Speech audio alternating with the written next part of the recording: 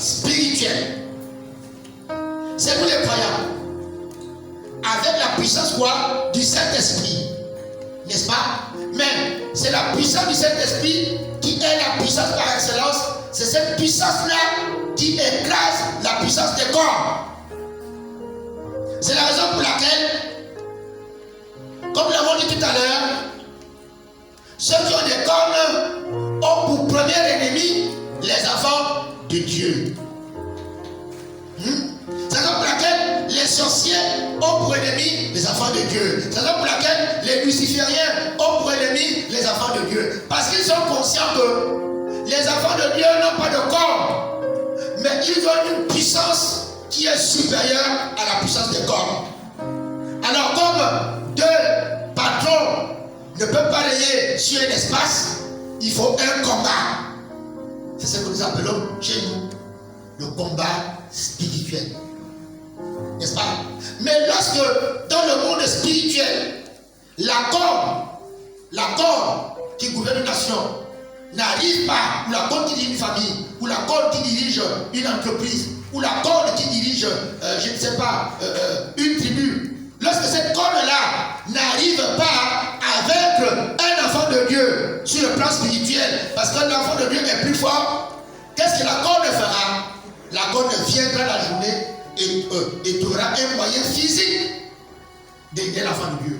Soit un coup de poignard, soit un coup de bâton, soit un coup de hache, je ne sais pas quoi, soit un coup de fusil. Voilà. Maintenant, là j'ai beaucoup parlé. Je sais que beaucoup parmi vous sont en train de dire, mais le pasteur ne fait que parler de corps. Est-ce qu'il ne peut pas nous donner une base biblique? Nous sommes quand même à l'église, nous avons besoin d'une base biblique pour comprendre plus ce que le pasteur a en train de dire. Et bien je disais que je vais doucement. Alors, je veux que nous allons y arriver.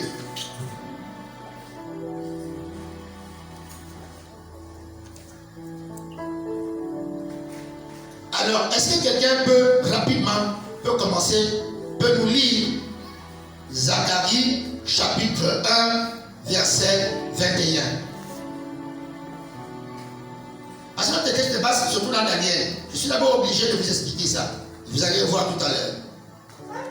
C'est un exercice difficile. On ne peut pas aller comme ça, tout de go, sur la petite corde. Non, il faut d'abord passer. Il faut d'abord élaguer le problème pour que les choses soient claires. Quand on va arriver maintenant sur la petite corde, le Saint-Esprit, on a déjà point pour vous, vous allez dire waouh, c'est là qu'on devait en venir. Alors, on a dit Zacharie chapitre 1, c'est ça, verset 21. Est-ce que c'est ça?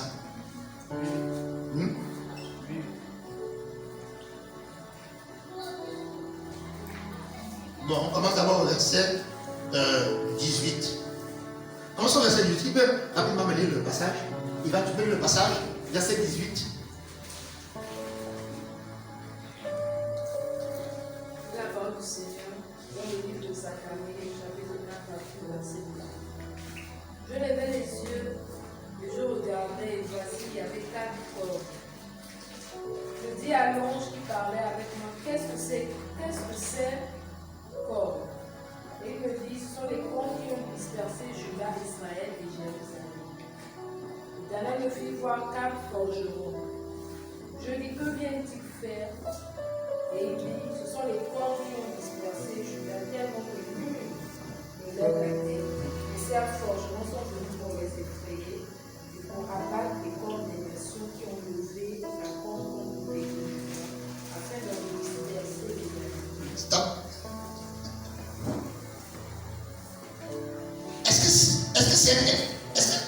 Comment vous trouvez ce texte-là? Hein? Retenez bien le chiffre 4 corps. N'est-ce pas? Et on dit que ces 4 corps-là ont pour fonction de disperser qui? 1. Juda. 2. Israël. 3. Jérusalem. N'est-ce pas? Mais là, nous sommes dans l'Ancien Testament.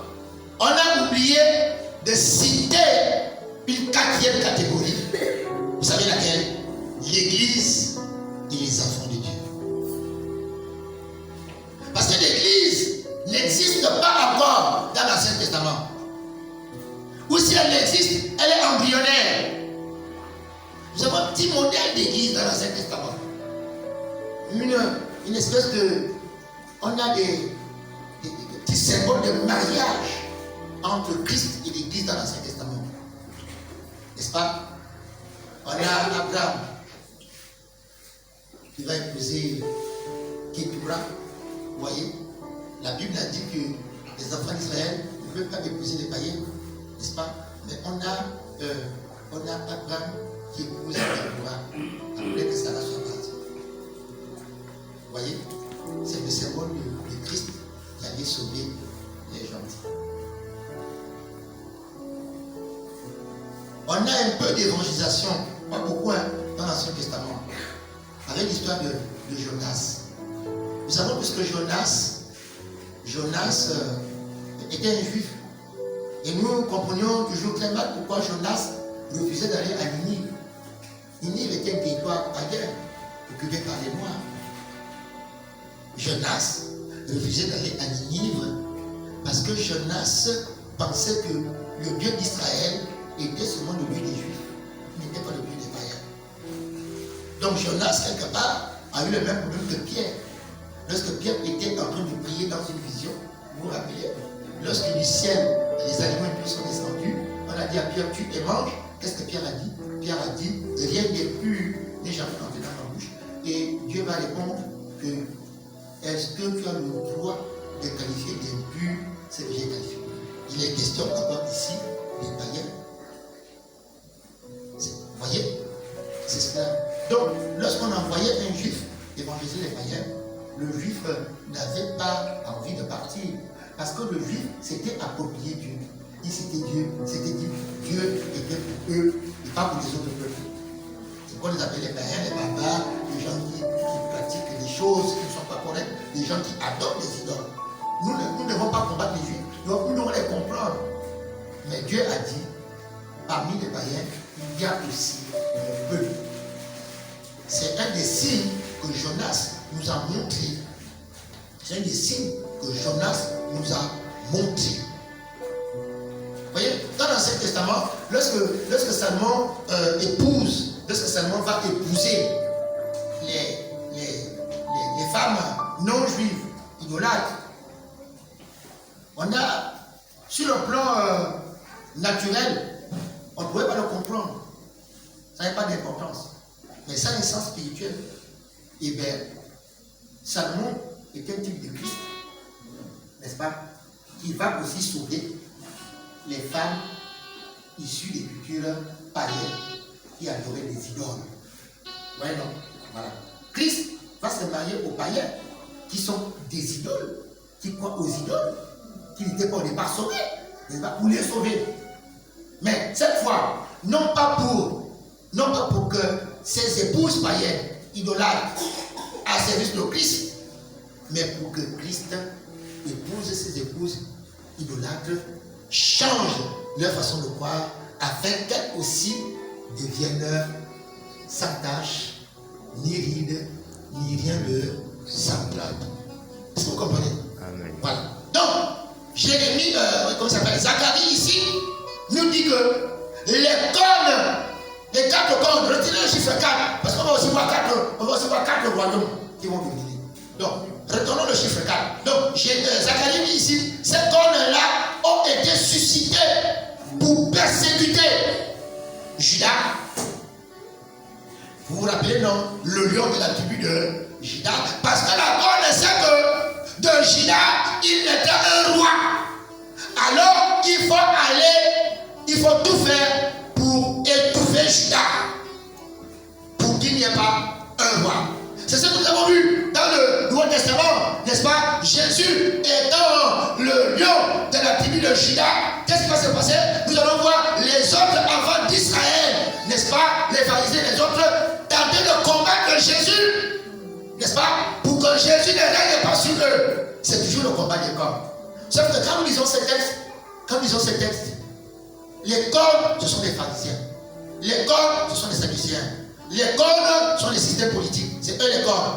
Jésus, lui, il est l'agneau. Voyez non, on veut combattre. Tu ne peux pas régner sur nous. Parce que tu n'es pas une corne. Exactement comme on dit dans nos coutumes. Eh bien, Benjamin, tu ne peux pas régner ici parce que tu n'es pas une corne. Et ça m'a dit, parce que je ne suis pas un sorcier. Parce que je n'appartiens pas à leur univers culturel. Parce que ça se transmet comme ça. Donc vous voyez ici, Zacharie nous dit que le rôle des cornes, c'est de faire quoi? C'est de persécuter Judas. Comprenez encore? C'est de persécuter qui? Israël. C'est de persécuter qui? Jérusalem.